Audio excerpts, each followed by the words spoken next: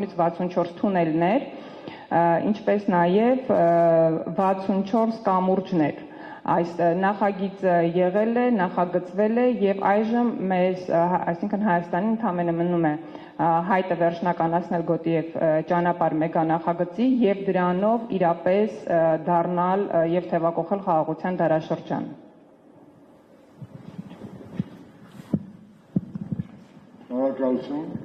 Շնորհակալություն Տիկին Մալխասյան եւ մեր վերջին զեկուցողը պարոն Արտակ Զաքարյան, ՀԿ խնդրեմ պարոն Զաքարյան։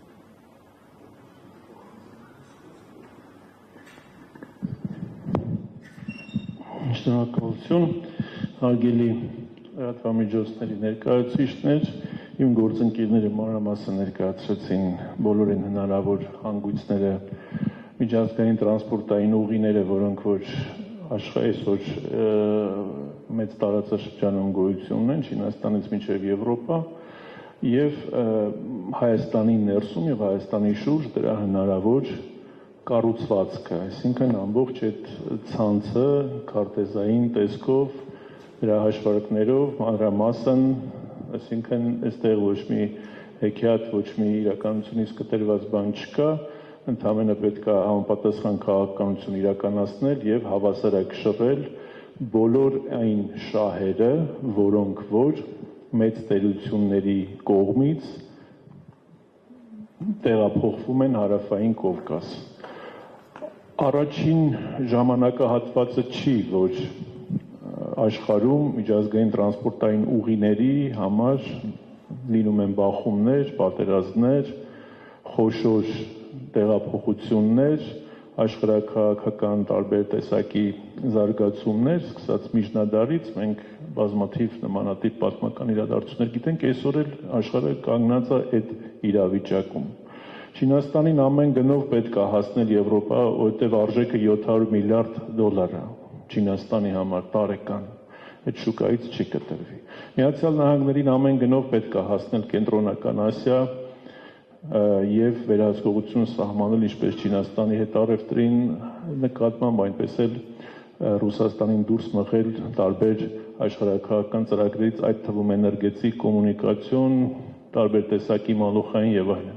Թուրքիային անհրաժեշտ է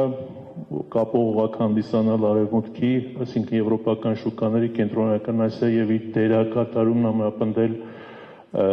Փոքր Ասիայում եւ Մերձավոր Արևելքում։ Հնդկաստանին անհրաժեշտ է, որպեսզի հյուսիս-հարավի միջոցով կարողանա դուրս գալ ռուսական եւ արևելաեվրոպական շուկաներ, հակակշռելով այդ ամբողջ տեխնոլոգիական եւ կոմունիկացիոն խնդիրները։ Ռուսաստանին անհրաժեշտ է, որպեսզի հյուսիս-հարավի միջոցով կարողանա կապաստատի տաք ջրերի հետ, ինչպես ասում են, եւ դեպի հարավային շուկաներ եւ հարավային ծովային միջանցքներ իր հնարավորությունն են։ Եթե քարտեզին նայում եք, սրանք կենսական շահեր են, այսինքն այնպիսի խնդիրներ են, որոնց համար, մենք այստեղ կարանք նստած ասենք, դե լավ, ինչի պետք է Ռուսաստանը պատերազմանի այդ ճանապարհի համար կամ ինչի պետք է ամերիկացիները պատերազմանեն, բայց երբ որ տեսնում ենք, թե ինչ սահմանափակումներ եւ ինչ ճնշումներ են գնում մեկը մյուսի վրա, այո, դառնում է կենսական խնդիր եւ այդ խոշոր պետությունները պատրաստ են նաեւ պատերազմների։ Այնպես ինչպես աշխարհում դա եղել է պատմության ընթացքում ոչ մեկ անգամ։ Կոմունիկացիաները, բաց ճանապարհները դեպի ծով եւ այդ դրանց սահմանափակումները միշտ բերում են բախումների։ Ինչ է կարծում, ինչի հանկարծ հայտնվեց Թրամփի ուղի տրիպ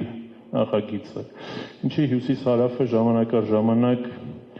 այսպես շատ կարևորվում է, հետո նորից որոշակիորեն ստվերվում է։ Ինչի Չինաստանը իր ինչպես ներկայացրեցին, մեկ գոտի, մեկ ճանապարհը 3 ուղղություններ դրել, որովհետև որևէ մեկից կախվածություն չի ցանկանում ունենալ, նույն կերպ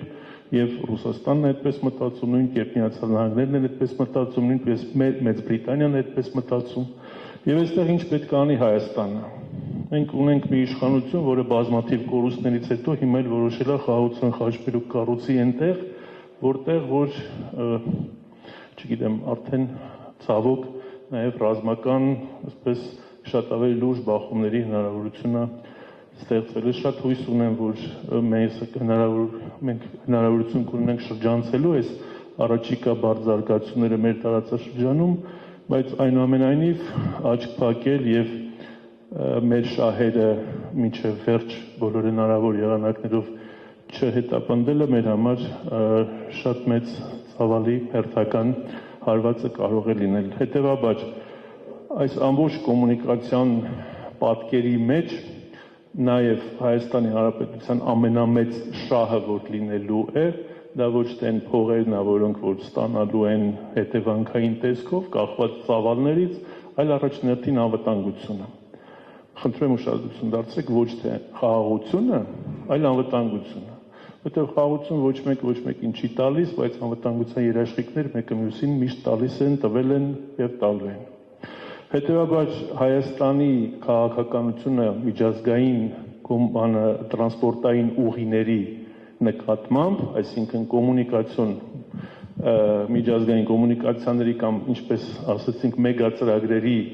վերաբերյալ Հայաստանի քաղաքականությունը պետք է ուղղված լինի ոչ թե խաղաղության շեշտադրումով, այլ անվտանգության եւ համագործակցության շեշտադրումով, այսինքն Հայաստանը ավելի շատ հնարավորություն ունի դառնալու անվտանգության եւ համագործակցության խաչմերուկ, քան այսպես կոչված խաղաղության խաչմերուկ, որ այս պայծրությամբ նորից եմ կրկնում, ցավոք շատ մշուշոտ է,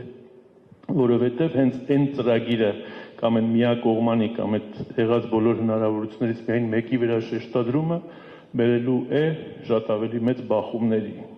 որովհետև գերտերությունները մեկը մյուսին շատ բաներ չեն ներում կամ տարածաշրջանային պետությունները երբեմն պատրաստ են իրենց շահերի համար մեծ լարվածության կամ բախումնային կամ կոնֆլիկտոգեն իրավիճակներ ստեղծել տարածաշրջանում։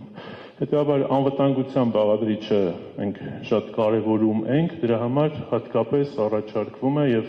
նաեւ բոլոր քաղաքական ուժերի, բոլոր այսպես մտածող մարդկանց ուշադրությունը հրավիրում ենք, որպեսզի Հայաստանը կարողանա լիարժեք միջև վերջ օգտագործել իր կոմունիկացիոն հնարավորությունները, որովհետև աշխարհագրական դիրքը այդպիսինն է, այլապես այդ դերը կստանձնի Ադրբեջանը, այլապես Հայաստանը կդառնա զուտ սպասարկող, թույլ,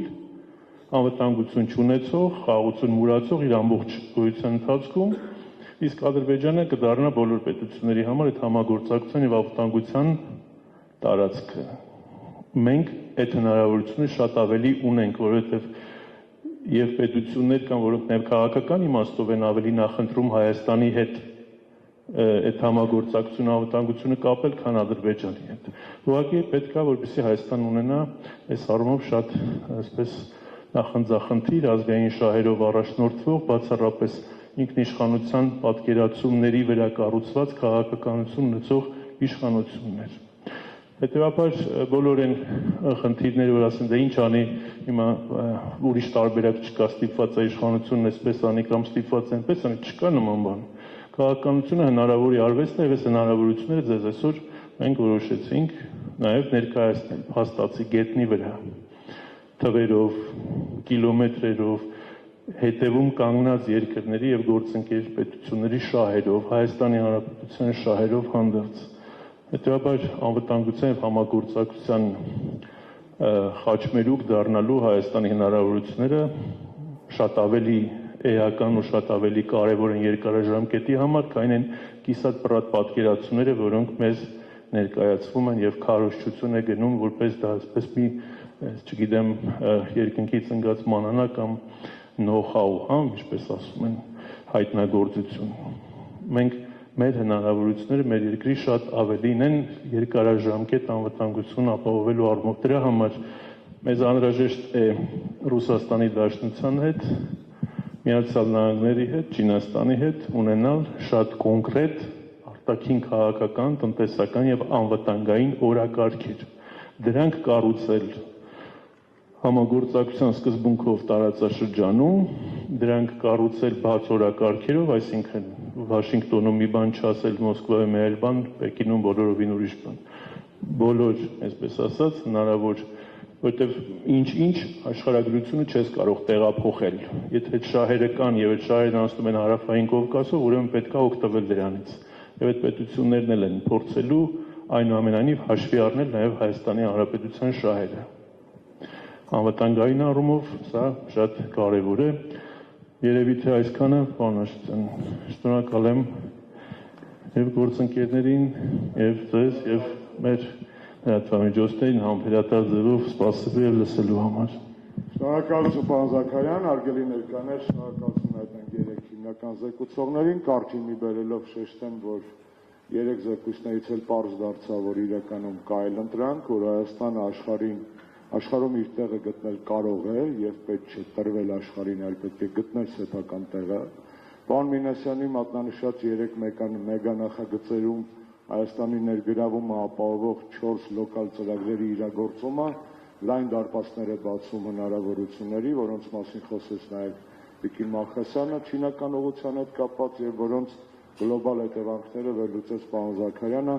կարճ ներկայացնելով ոչ թե խաղաղության դարաշրջանի, այլ անվտանգության